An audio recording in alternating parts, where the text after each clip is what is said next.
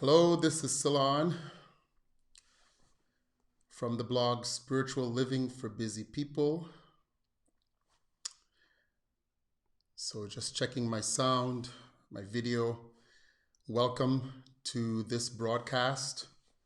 Hope you can hear me all right and see me.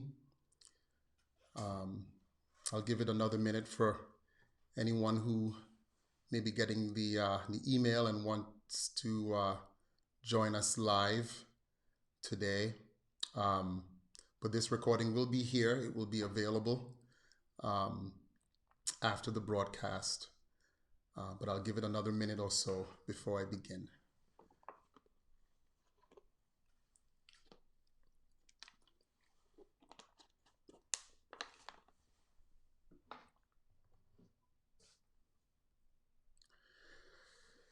So, welcome. I'm glad you are here. I'm glad to be here. And I would like to begin with a little centering. Um, um, that's always a beautiful thing to do, and I could certainly use it, and I hope you will benefit from it as well.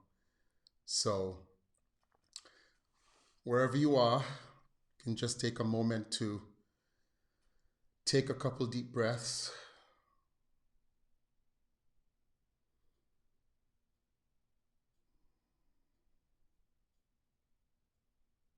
Just slowly breathing in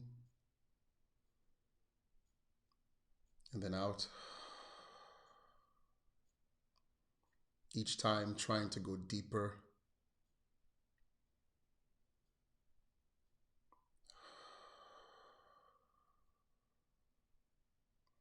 And one more, breathe in.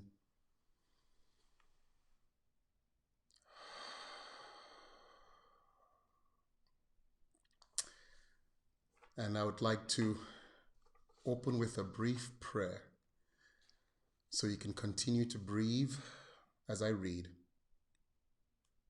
And this is from Saint Teresa of Avila.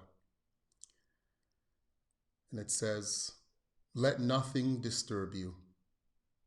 Let nothing frighten you. All things are passing. God never changes. Patience obtains all things. She who possesses God lacks nothing. God alone suffices."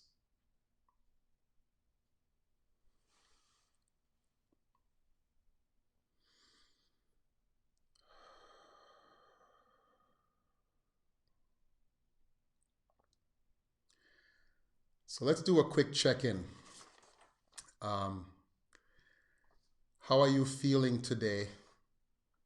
And if you're on this live and you want to comment, you can feel free. But how are you feeling today? So we're, in the third week? I've lost count of where we are in terms of the unfolding of the COVID-19 crisis in the United States. Probably the third week, something like that. But I'm guessing for many of you, things are sinking in. Maybe you're starting to experience, the real effects of everything that's been going on, and it's been a difficult time for you. Um, Maybe you've experienced the loss of a job at this point. Maybe maybe you have experienced the death of a loved one due to this illness. Maybe you've experienced the death of a loved one not from this illness, from another illness, but because of the times that we're living in, um, grieving is very different in this time. So maybe you're having to suffer um, even more because you're not able to gather and be with family and friends in this time of grief if you've lost someone. Maybe you haven't lost someone, but the grief of the change of our everyday lives may be starting to sink in. Being stuck at home for weeks, Maybe that grief is starting to kick into high gear, losing the ability to go out freely, to go out for dinner, to go to the movies, to enjoy time with friends. Maybe that grief is really starting to surface, or maybe even peak in this moment.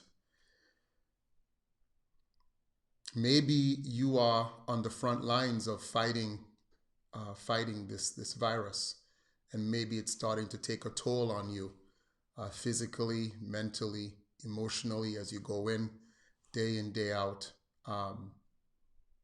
You're on the front lines as a nurse, as a first responder of some kind, and this is really starting to weigh on you. So we know that even as we try to find moments of joy, we know that there is real suffering out there. It's certainly become more real for me as well, personally, as I, feel more anxious, not knowing what's going to be what's going to be around the corner. And as more people die, that weighs heavily. But as the prayer said, let nothing disturb you. Let nothing frighten you. All things are passing. So today we're going to talk about another topic that may not be very popular. We're talking a little bit about suffering. But I always hope that even though we may be talking about difficult things, that by the end of this, you'll have something hopeful to help you through whatever it is you're going through, regardless of whatever it is you're going through. So that's always my hope and my intention. So, as I mentioned, I think all of us, I think every human being alive is suffering in some way related to this event that we're experiencing. I don't know of another event, at least in recent memory, that has had that kind of power to connect us in that way. Now, to be sure, we're all suffering to different degrees. So some people are suffering more than others, obviously. But I think we all have a shared sense of suffering. We all have a shared sense of grief. We grieve for ourselves, and we grieve for one another. There is a sense of connectedness in that suffering. But I want to focus on that suffering and talk about different types of suffering, and how there is one type that we really can't escape by virtue of being human, by virtue of being alive. But there is another that we can maybe not escape, but at least mitigate or minimize. But we do have some control over this other type of suffering. So the two types of suffering, the one type is the necessary, what I call necessary suffering. And when I think of necessary suffering, we can break that down into two categories. So necessary suffering, we think of what I call the 3 big Ds: death, disease, disaster. 3 big Ds. Of course, we're experiencing disease, right? Death through this disease, and it's a disaster. So that's what makes this crisis so difficult, that it covers those 3 big Ds. We're experiencing all 3 of them at once on a global scale. So that's part of necessary suffering. That's something we just can't escape. And then part of that necessary suffering, I would argue, is kind of the ho-hum, everyday mundaneness of life. So all kind of the everyday sufferings that we go through, that may not be as big, but um, things that we suffer psychologically, emotionally, spiritually, when things happen to us, and things that are out of our control.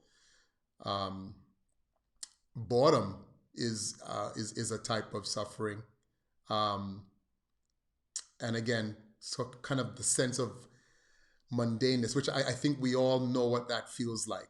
Everyday life, we're always looking for things to something novel, something new to excite us and take us out of that ho hum, that low grade suffering that we all have, right? That's something that we just all experience.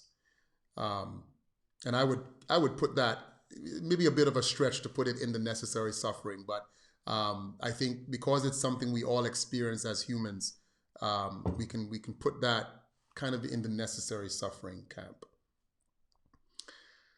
Um, and then we have unnecessary suffering, and maybe the best way to introduce this unnecessary suffering is to tell a story from the Buddha, who himself said, at least this quote is attributed to him: life is suffering. Life is suffering. Um, and this story is the story of the second arrow. And the story goes that the Buddha asked the student, if someone is shot with an arrow, receives that arrow, is that painful? And the disciple said, yes, it is painful. Well, what if that person is shot with a second arrow? Isn't it even more painful? Yes, it is more painful. And as the story goes, we often can't control that first arrow. But the second arrow is really how we react to the first arrow. And we do have some control over that second arrow. So I think in that story, the first arrow would represent necessary suffering. So all the things I mentioned before. And the second arrow represents unnecessary suffering, which is really our reactions and really our judgments about that suffering. So, and those judgments usually come in the form of some kind of blame. So either blaming ourselves or blaming others for what happened. Judging ourselves as being bad or judging others as being bad. Either way, both things are bad, right? It's kind of two sides of the same coin. Whether we direct that judgment to ourselves or others, that's the second arrow of unnecessary suffering. Now, as humans, I think this is just something that we do. So in a way, we will experience it, even though it's unnecessary. But the key is to understand that we do have choice. We do have choice in terms of how we approach it and how we can choose to reframe our experience so that we can experience the suffering without having to add to it. And what I have found, and looking at myself, my own life, and noticing, observing others, is we tend to minimize and even pretend that the necessary suffering isn't real. So death doesn't exist, right? Disease, pandemics will never happen, right? So we have a way of minimizing the necessary suffering.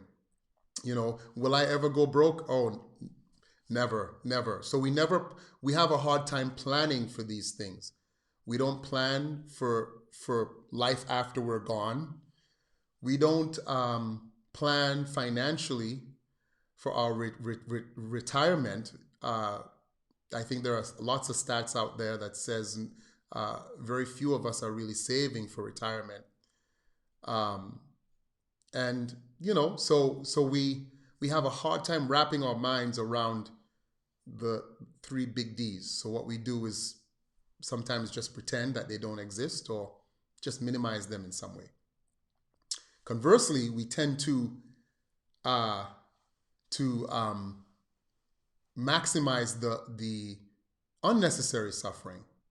We tend to focus on the unnecessary suffering. So the smaller sufferings of life, you know, I don't know, I get a flat tire, or someone says something negatively. We tend to blow those up. I can't think of a better word. We tend to increase those and make the unnecessary suffering appear to be everything. So we maximize the unnecessary suffering, we minimize the necessary suffering. And what I'm hoping to help us here do is to equalize that, to be mindful of the necessary suffering, not going crazy about it, but just understanding that the necessary suffering is real, that it is something that we all have experienced and will experience. And I know anyone who's lived who's lived long enough will understand the truth of that. So we just face that honestly and openly, that these things will happen to us. These things are happening to us right now on a global scale. So we're having to face that and reckon with that, with the necessary suffering that we can do nothing about.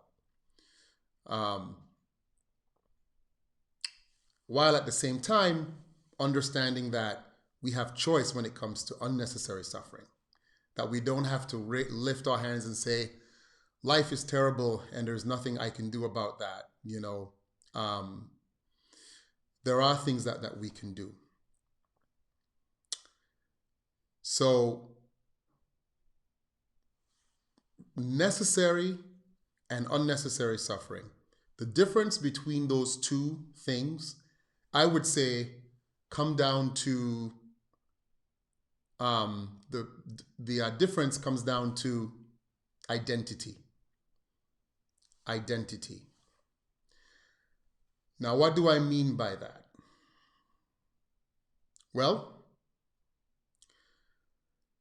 the difference between unnecessary suffering and necessary suffering is really the difference of what we choose to identify ourselves with. If we choose to identify ourselves with the suffering that we're experiencing, it tends to lead to unnecessary suffering. So it's kind of the difference between being victimized and becoming a victim. So it's one thing to experience the harm of another person. I was robbed, and so I was victimized. Something happened. That this is a fact. How I react to what happened is what makes me a victim. I identify myself with that thing that happened. I judge myself because of it. I think, oh, how stupid I was to leave the door unlocked. I should have unlocked the door. It's all my fault. Then I become a victim of that circumstance. I have identified myself with that suffering. And so it leads into unnecessary suffering of blame and of judgment. So I would like to raise two important questions that we need to ask ourselves when we're thinking about suffering, when we have experienced suffering, when we're going through a time of suffering. And the first question I want you to ask, that I myself am asking, is, who am I? Who am I? Am I this suffering? Am I this thing that is happening to me? Am I my illness? Am I my job loss? Am I my fear and anxiety, my depression? Am I those things? For me personally, when I think of that question, I say, no, I am not those things. I, the real identity, is experiencing those things. The experience is painful, it's difficult, but I am not one and the same as my suffering. For me personally, when I think of that question, who am I? The answer that comes to me is, I am a child of God. I am a child of God. So that identity rests in something larger than this smaller self that you see. There's something larger to it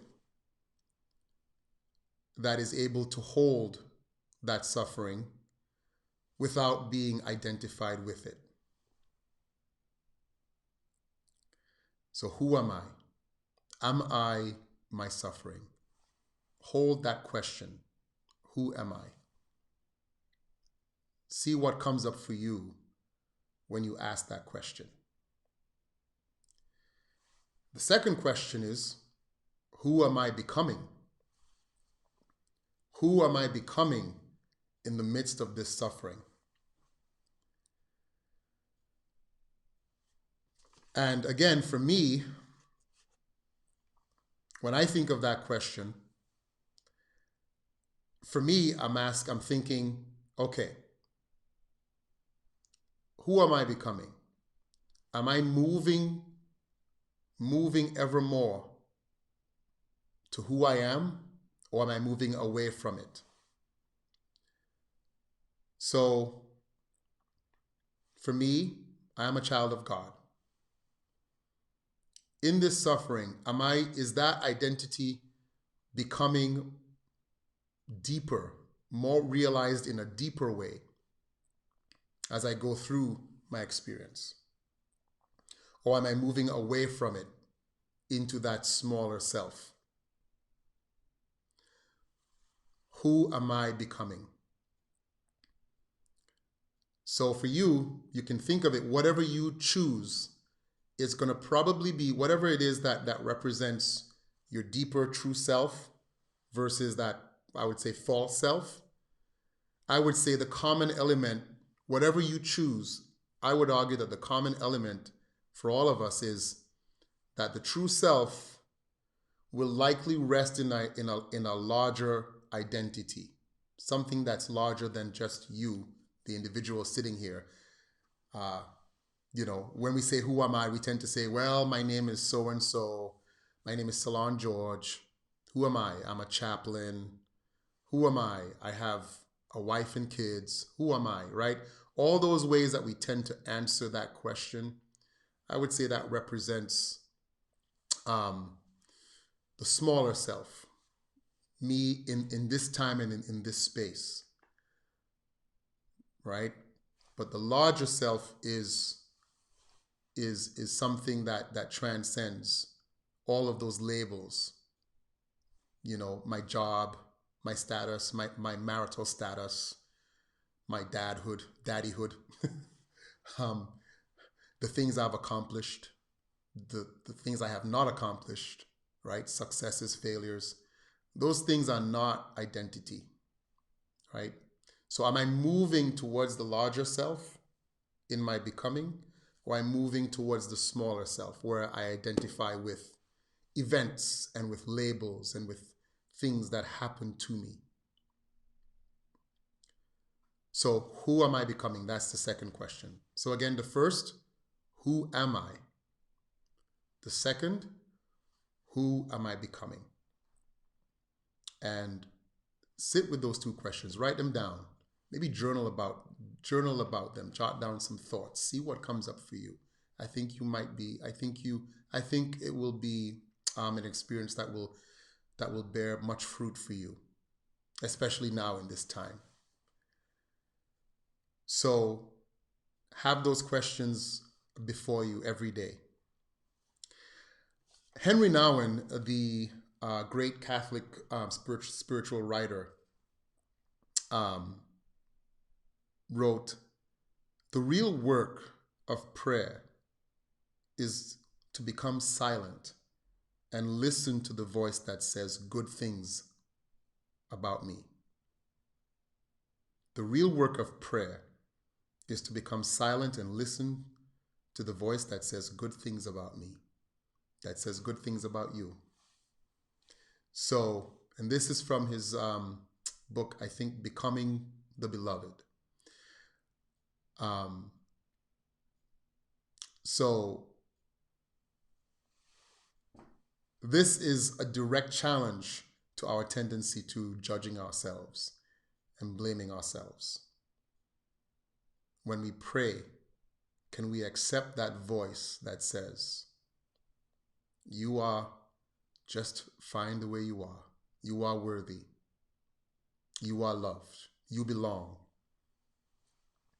And that even though you might be suffering, that you are not deserving of this suffering, that you are not to blame, and that you are still loved and beloved. So,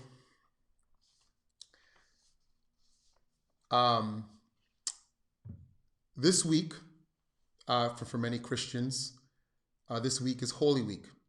This is the holiest week of the whole year, the liturgical year. And in the next few days, I am Catholic. In the next few days, we enter what we call the 3 days, Triduum, where we enter deeply into the suffering, into the death, suffering, into the suffering, death, and rising of Christ. These days are usually intense for me on many levels. I'm involved with the music usually, but it's a time of entering really intensely into that suffering, into that passion period, which can bring up all kinds of emotions. I think this year we can agree that there is probably even more intensity because we're not able to gather the way that we usually do. So there is that added suffering. But at the end is Easter, the promise of overcoming that suffering and death. So I hope that you're encouraged as you're going through this suffering, that you are able to move through it to a type of resurrection, to something new, to some new unfolding, that this experience of suffering actually allows to take root. We may not fully understand right now how that might happen. And this is where a sense of trust can be very helpful. It's not easy. It's not easy to trust, especially when we're going through hard things. But that's the invitation. That's the challenge that is before us at this time. And we can move through this time being mindful, experiencing the suffering that we cannot escape, while at the same time doing all we can to keep that unnecessary suffering down to a minimum by remembering who we are. Who we are. We are resilient. We are strong. And we've gone through many challenges in our lives before. And again, if you've lived past, I don't know, past the age of 8 or 9 or 10 or 15 or 20, then you understand. You understand that. If you're a little older, think you understand that even more. You've gone through some things. You've gone through some things. And here you are. So know that you can meet those challenges just as you have in the past. And I hope that this was encouraging for you. So I think I'll wrap things up there. And I thank you so much for sharing this time with me. And again, I continue to keep you all in my prayers. Pray for your safety, for the safety of your family. If you are on the front lines of caring for others, I pray for your safety. Thank you for what you're doing. And I hope to see you on the next live broadcast. So peace and blessings to you.